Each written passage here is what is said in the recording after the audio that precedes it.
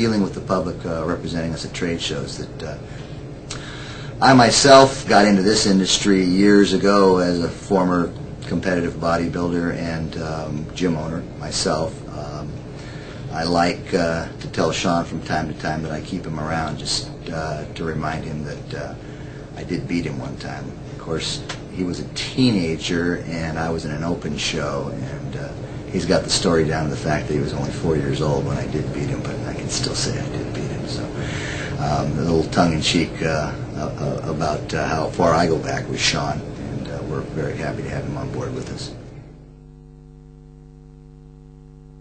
Today's people, Ronnie Coleman. Ronnie Coleman's just Mr. Olympia. Freak of nature. I mean, come on, he saved it up all those years to 1998 to jump all over me, Flex, and Kevin.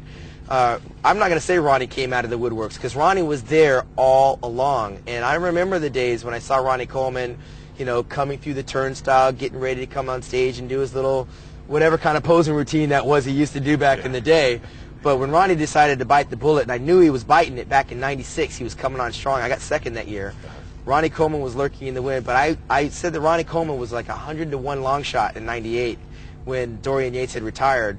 And I think that's probably what added a lot of fuel to his gas tank, because since '98, Ronnie Coleman's been unfadable. Dorian Yates. Dorian's an interesting character. I mean, you know, me and Dorian had our run-ins a couple of times, 1994, 1996, where, you know, he won a couple of controversial decisions, in my opinion, at the Mr. Olympia. In '94, I thought I had Dorian on the ropes. You know, he tore his bicep. He was a little overweight, had a pretty big midsection at the time. He certainly wasn't the Dorian of '93 that came on and killed everybody. And I thought I was going to take him out that year, and everybody thought that too. And I think after that contest, I resented Dorian for winning, and I didn't realize it wasn't his fault for winning. You know, the judges picked the winner, but I resented Dorian for actually beating me when he shouldn't have, in my opinion, because he was an incomplete bodybuilder with a torn bicep, which is a glaring weakness, and he was a little overcarbed, which made his stomach a little bit bloated. I thought, you know, those are two major areas that you can knock the champion down, and those two should take me to the promised land.